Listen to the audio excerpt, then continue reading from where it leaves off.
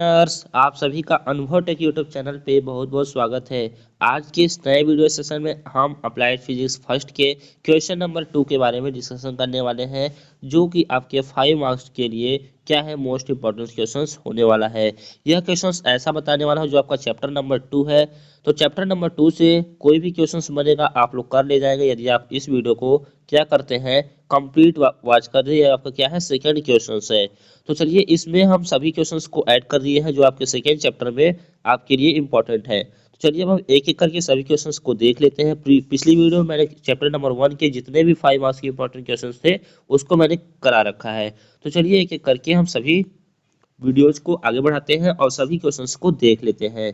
तो चलिए शुरू कर देते हैं। ये जो आपका पहला क्वेश्चन है वो आपका है, जो आपका चैप्टर है वो क्या है, फोर्स एंड सर्कुलर मोशन अर्थात बल एवं वृत्तीय गति। बल एवं वृत्तीय गति आपका चैप्टर का नाम हो गया।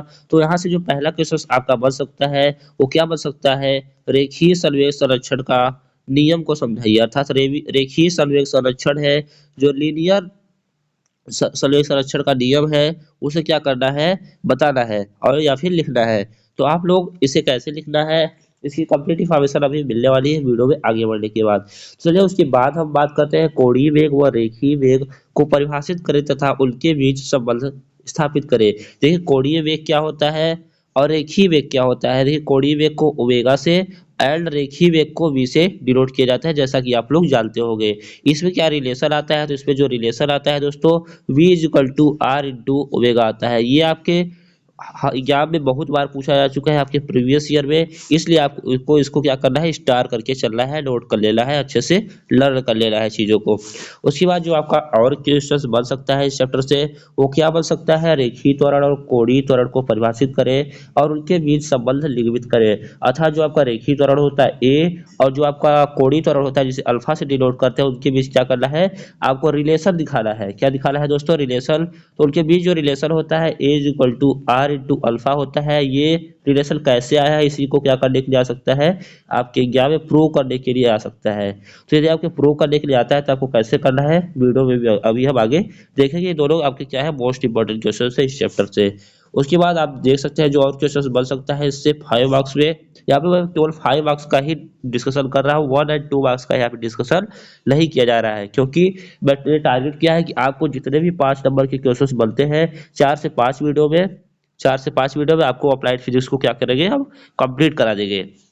तो उसके लिए आप अपना सपोर्ट बनाए रखिए, वीडियो को कंटिन्यू देखते रहिए।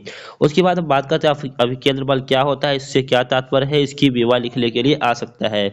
उसके बाद जो आपका अगला क्वेश्चन बन सकता है इस चैप्टर से वो क्या बन सकता है दोस्तों, जो आपका अगला क्वेश्चन बन सकता है वो आपका बन सकता है अभिकेंद्र त्वरण क्या होता है, परिभाषित करें। और अभिकेंद्र त्वरण को देखिए ए से यहाँ पे डिनोट किया जाता है, ए इक्वल टू होता है वी स्क्वायर अपान आर। इसका निगमन करने के लिए आ सकता है। ये भी आपका 5 मार्क्स के लिए इंपॉर्टेंट क्वेश्चन हो जाता है इस चैप्टर से।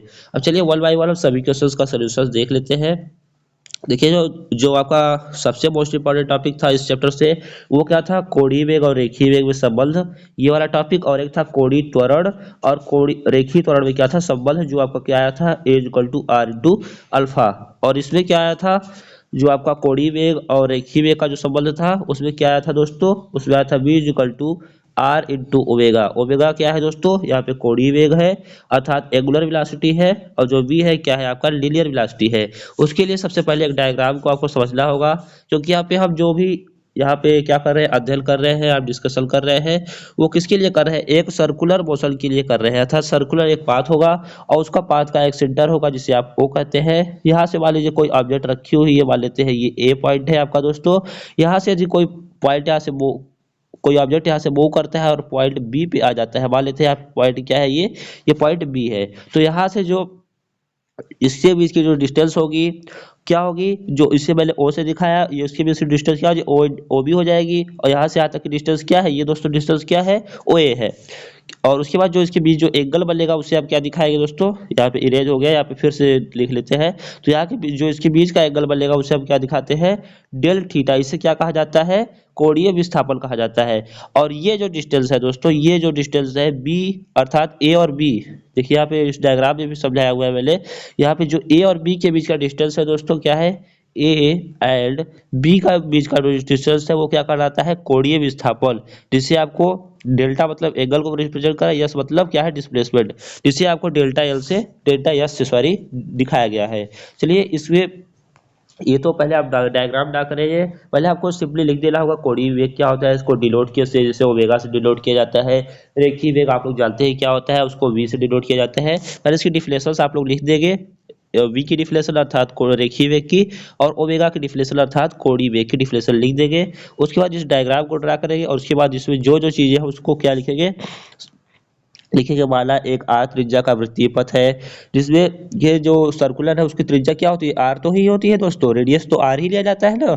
तो उसके बाद हम बात करते हैं यहाँ पे किस प्रकार से लिखा गया है, उसको मैं पढ़ के बता देता हूँ, और जहां भी आपको डाउट होगा सभी चीजों को क्लियर कर दूंगा।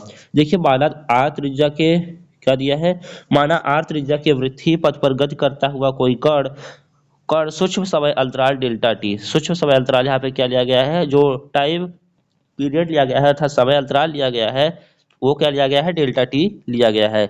उसके बाद हम आगे बढ़ते हैं, जिसकी त्रिज्या आर है, देखिए वृत्तीय पथ की त्रिज्या यहाँ पे आर दिखाया गया है ना, यही आपको जो जो यहाँ पे डायग्राम में आपने बनाया है या फिर रिप्रेजेंट किया है उसी को यहाँ पे एक्सप्लेन कर देंगे 3 से 4 लाइन में। उसके बाद आप अपने डेरिवेशन को स्टार्ट करेंगे।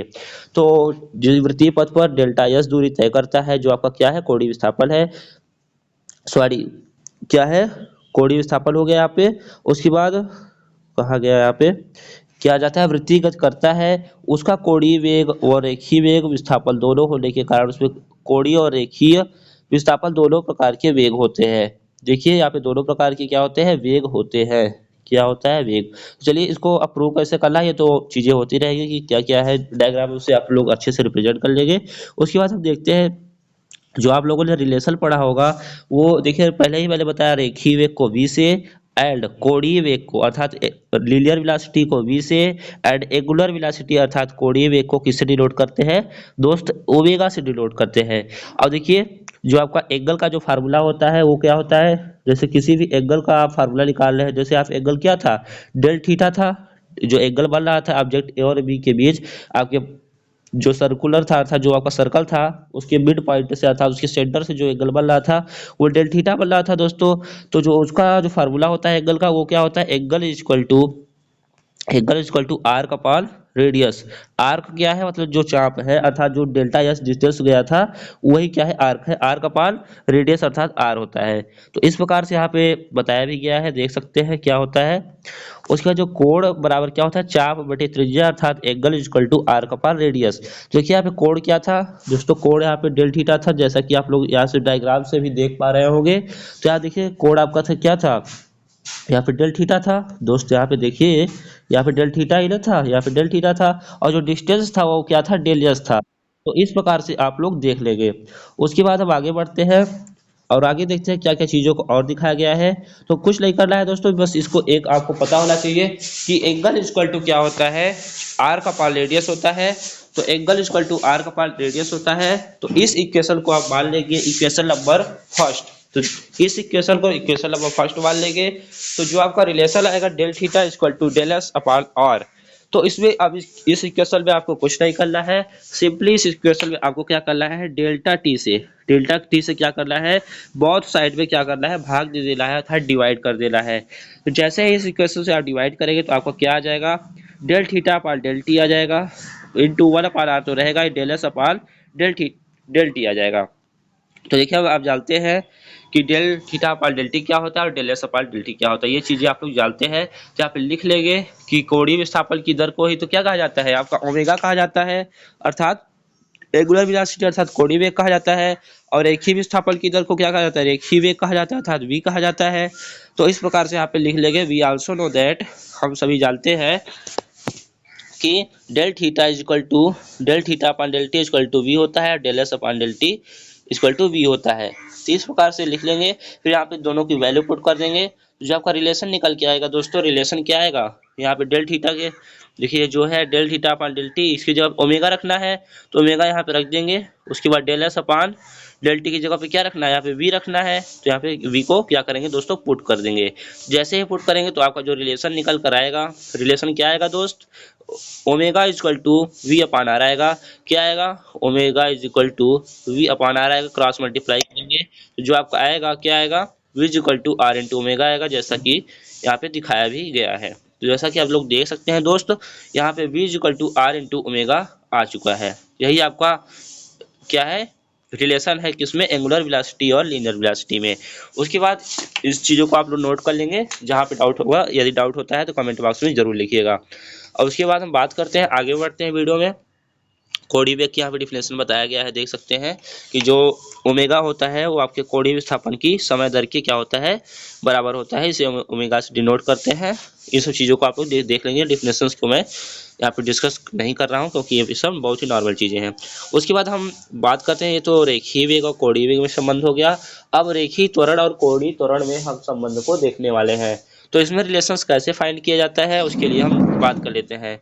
जो आपका अल्फा होता है वो क्या होता है, del omega upon del T के बराबर होता है, अर्थात कोणीय वेग परिवर्तन की दर को ही क्या कहा जाता है, अल्फा कहा जाता है, अर्थात कोणीय त्वरण कहा जाता है। और रेखीय वेग परिवर्तन की दर को क्या कहते हैं, अर्थात जो आपका रेखीय त्वरण होता है ए, वो क्या होता है, रेखीय वेग में परिवर्तन की दर था डी अपान डी टी होता है। वी क्या है, रेखीय वेग है।